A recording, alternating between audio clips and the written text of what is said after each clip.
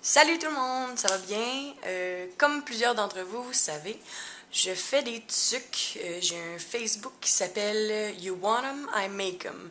Je fais des tucs, des coquerons pour bébé, des foulards, des bandeaux, peu importe ce que je peux créer. Je vais tenter de le faire. J'ai été demandé de faire une entrevue pour la radio de l'UQAM, Choc FM. Donc, voici les questions. On me demande ce que tu penses de ce désir de retourner vers le travail à la main. Donc, pour ce qui est de mon opinion personnelle, je trouve que j'ai beaucoup plus de contrôle lorsque je décide de faire quelque chose moi-même au lieu de l'acheter, disons.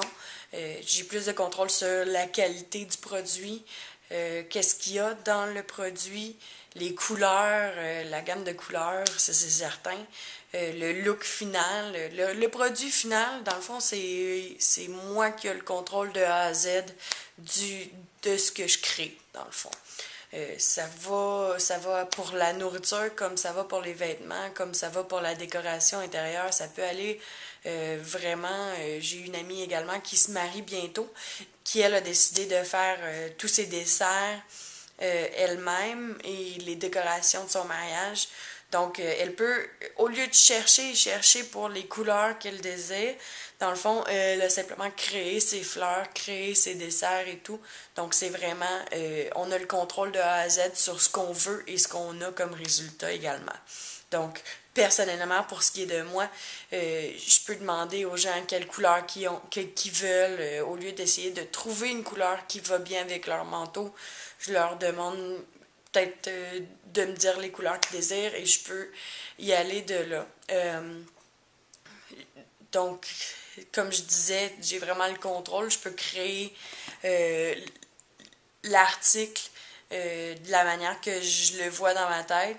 Donc, c'est vraiment d'avoir ce contrôle-là, puis aussi de dépenser moins d'argent. Lorsqu'on crée quelque chose, on dépense beaucoup moins d'argent que lorsqu'on l'achète préfaite, évidemment. Donc, comme exemple, j'ai changé ma chambre à coucher avec des palettes de bois. Donc, ça m'a coûté en dessous de 100 $ pour être capable de redécorer ma chambre entière. C'est d'être capable d'imaginer ça aussi, d'être capable de le visionner. Puis pour ce qui est de mes tucs, mes foulards et les coquerons pour bébé, c'est une gamme de couleurs que je peux choisir. Ça va me revenir beaucoup moins cher que de l'acheter préfet. Puis en même temps, ça va être à mon image, à ce que j'ai visionné dans ma tête. J'ai pas eu besoin d'aller chercher plus loin. J'ai trouvé ce que je voulais comme en tant que qualité de couleur et tout ça. Et je l'ai créé moi-même. Et le résultat final, c'était contrôlé par ma créativité, dans le fond. Donc, la prochaine question, on me demande pourquoi les gens se retournent vers des habitudes manuelles qu'on avait il y a 30 à 50 ans. Les gens, c'est assez vaste. C'est pas tout le monde qui aime, qui ont cette qualité ou dans le fond ce talent de créer. Donc il y a des gens qui sont tout simplement pas capables de visionner ou de même fabriquer quelque chose d'eux-mêmes. Ça, je leur enlève rien. Puis il y a des gens qui aiment tout simplement pas ce style-là. Il y a des gens qui vont aller vers le préfet, le pré-mâché, comme on peut dire. Puis eux, ça va les satisfaire pleinement. Par contre, pour ce qui est de mon opinion personnelle, je crois que les gens, comme je disais à la question précédente, désirent avoir le contrôle sur la qualité, qu'est-ce qu'il y a à l'intérieur des matériaux, qu'est-ce qu'il y a à l'intérieur de la nourriture qu'ils achètent. Donc, ça va être de retourner un peu à l'arrière, qu'est-ce que nos grands-mamans nous ont montré, nos grands-papas nous ont montré, d'utiliser ça pour être en mesure de savoir qu'est-ce qu'il y a à l'intérieur des matériaux qu'on utilise, des vêtements, de la nourriture qu'on mange. Donc, pour ce qui est de mon opinion personnelle, avec les tucs et dans le fond, avec You Wanna My Make 'em, c'est tout simplement la qualité de la laine. également d'avoir le contrôle sur ce que je peux faire. Elle peut être plus longue à l'arrière, elle peut être plus courte, elle peut avoir une bordure. Dans le fond, c'est vraiment à la demande. Ben moi, personnellement, j'ai décidé de les vendre parce qu'il y avait des gens qui étaient intéressés. Mais pour ce qui est de mon utilisation personnelle, c'est parce que je peux contrôler vraiment de A à Z qu'est-ce qu'il y a le résultat final de le produit que j'ai envisagé de faire. Donc, pour ce qui est de la troisième question, pourquoi as-tu décidé de faire toi-même tes propres tucs et foulards au lieu de te tourner vers les grands magasins et le tout usiner? J'ai un peu répondu à la question dans les deux premières questions, je m'excuse.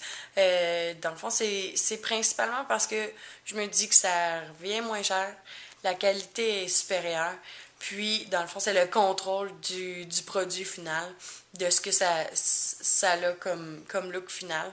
Puis les gens semblent aimer parce que lorsque vient la première neige, j'ai des commandes de tuques, de foulards, de coquerons pour bébé. Donc c'est vraiment quelque chose que les gens semblent apprécier, d'avoir ce certain contrôle-là, ce retour aux bases, disons, d'avoir un article fait à la main.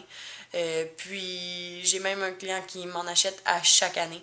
Donc c'est une tuque qui est portée et qui est aimée. Donc si vous voulez jeter un coup d'œil à mon site Facebook, dans le fond c'est You Want 'em, I Make 'em. Puis si jamais vous avez des commandes, n'hésitez pas de me contacter. Ça va me faire plaisir. Puis c'est ça, dans le fond, c'est ma petite entrevue à la demande spéciale de une de mes clientes. Donc, je la remercie beaucoup pour m'avoir demandé ces questions-là, puis m'avoir donné l'opportunité d'en parler avec vous. Je tenais aussi à partager avec mes fans, ceux qui visionnent le vlog de Léla Terreur, parce que je me dis que ça pourrait en intéresser quelques-uns. Donc, merci, puis je vous souhaite une super belle journée.